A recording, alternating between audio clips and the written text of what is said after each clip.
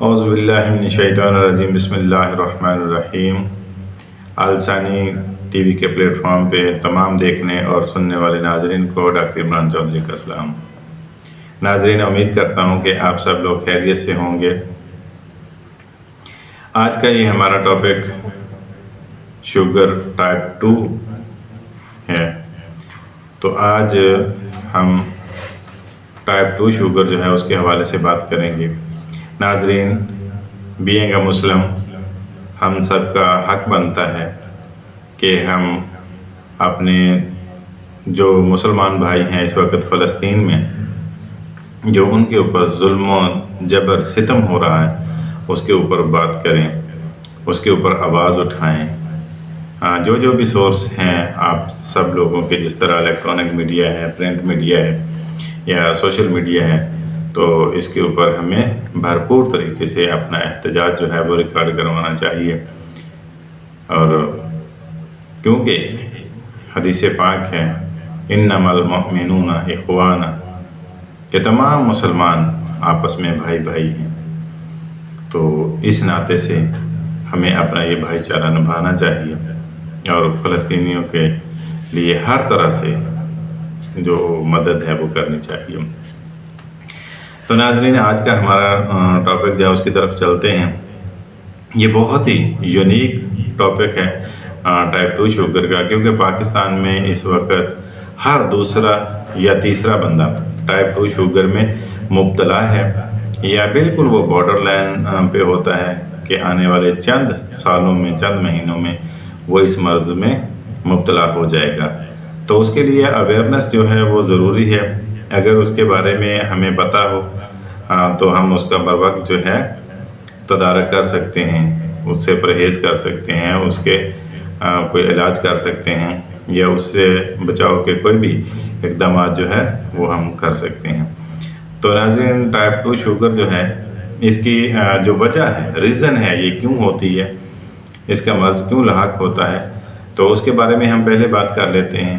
اس میں سب سے زیادہ بسیار خوری جو ہے نا، کھانے کا زیادہ استعمال،